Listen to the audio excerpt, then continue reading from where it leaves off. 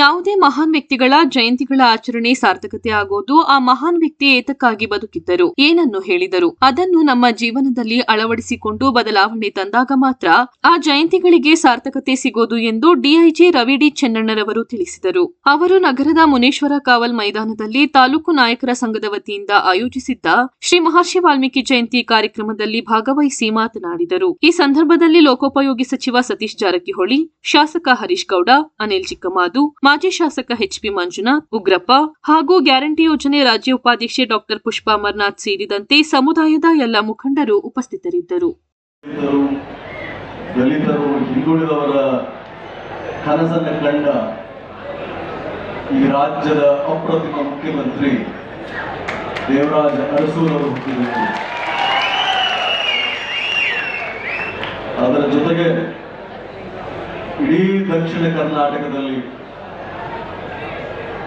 ಎಲ್ಲ ಬಡವರು, ಅದರಲ್ಲೂ ನಾಯಕ ಸಮಾಜಕ್ಕೆ ಧ್ವನಿಯಾಗಿದ್ದವರು.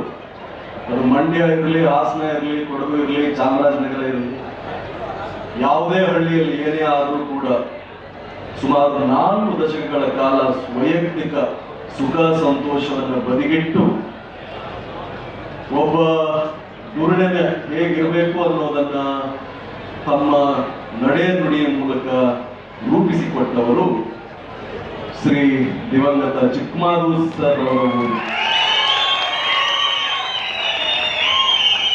ಅದರ ಜೊತೆಗೆ ಇನ್ನೊಂದು ನನಗೆ ಹುಣಸೂರಿನ ಬಗ್ಗೆ ಅಭಿಮಾನ. ಬಾಬಾ ಸಾಹೇಬ್ ಅಂಬೇಡ್ಕರ್ ಬಗ್ಗೆ ಬರೀ ಪುಸ್ತಕದಲ್ಲಿ ಓದಿದ್ವಿ.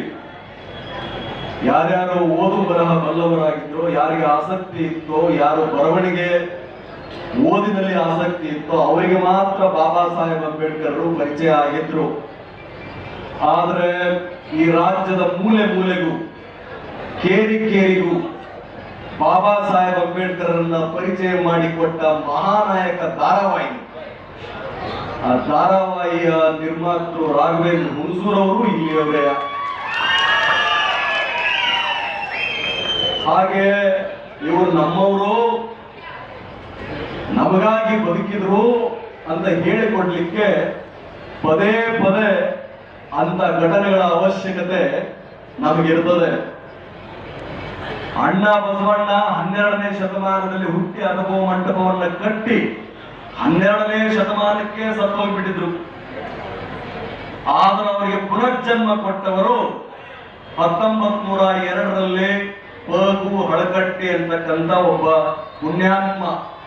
ಎಲ್ಲಾ ಅಣ್ಣ ಬಸವಣ್ಣನ ವಚನಗಳನ್ನು ಸಂಗ್ರಹಿಸಿ ಎಲ್ಲರಿಗೂ ಬಸವಣ್ಣ ಬಸವಾದಿ ಶಿವಶರಣರು ಇದ್ರು ಅಂತ ಪರಿಚಯ ಮಾಡಿಕೊಟ್ಟವರು. ಅದಾದ ಮೇಲೆ ಅಣ್ಣ ಬಸವಣ್ಣನ ಪರಿಚಯ ನಮಗಾದಿದ್ದು. ಹಾಗೆ ಅಂಬೇಡ್ಕರರ ಪರಿಚಯ ಈ ರಾಜ್ಯದ ಮೂಲೆ ಮೂಲೆಗೂ ಕೇರಿ ಕೀಳಿಗೂ ಆಗಿದ್ದು ಮಹಾನಾಯಕ ಧಾರಾವಾಹಿಯಿಂದ. ಹಾಗಾಗಿ ಅದ್ರ ಬಗ್ಗೆ ನನಗೆ ಅಭಿಮಾನ. ನಿಮ್ಮೆಲ್ಲರಿಗೂ ಒಳ್ಳೆಯದಾಗಲಿ. ಜಯಂತಿಗಳ ಆಚರಣೆ ಸಾರ್ಥಕ ಆಗೋದು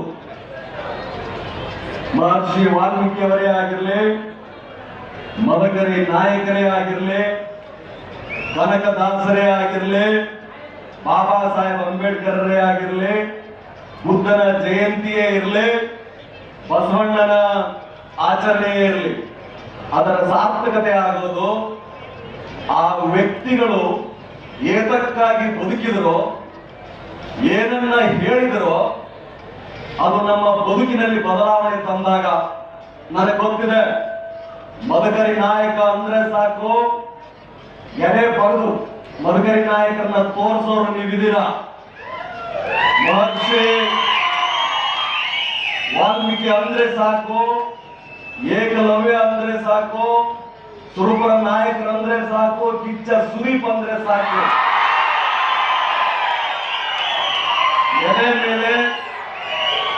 ಎದೆ ಮೇಲೆ ಹಚ್ಚೆ ಹಾಕ್ಸ್ಕೊಂಡಿದ್ದೀರಾ. ಆದ್ರೆ ಮಹರ್ಷಿ ವಾಲ್ಮೀಕಿಯವರು, ಮದಕರಿ ನಾಯಕರು ಇರಬೇಕಾದದ್ದು ಹೃದಯದ ಜೊತೆ ತಲೆಯಲ್ಲಿ, ಬುದ್ಧಿಯಲ್ಲಿ, ಬದುಕಿನಲ್ಲಿ. ಆಚರಣೆ ಜಯಂತಿಯಂದು ಬೆಳಿಗ್ಗೆ ಹುಟ್ಟಿ ಸಾಯಂಕಾಲ ಸಾರಾಯಿ ಅಂಗಡಿಯಲ್ಲಿ ಬರ್ಬರವಾಗಿ ಕೊಲೆಯಾಗೋ ಮಹರ್ಷಿ ವಾಲ್ಮೀಕಿ ನಾಯಕರಲ್ಲ, ಮದಕರಿ ನಾಯಕನಲ್ಲ. ಅದನ್ನು ಅವರು ಎಂದೂ ಬಯಸಲಿಲ್ಲ. ತರಾಸೂರ್ ಅವರು ಒಂದು ದುರ್ಗಾಸ್ತಮಾನ ಅಂತ ಬರೆದಿದ್ದಾರೆ. ಹಿಂದೆಂದಿಗಿಂತಲೂ ಅದರ ಅವಶ್ಯಕತೆ ಇದೆ. ಅದಕ್ಕೆ ಒಂದು ಮಾತು ಹೇಳ್ತೀನಿ.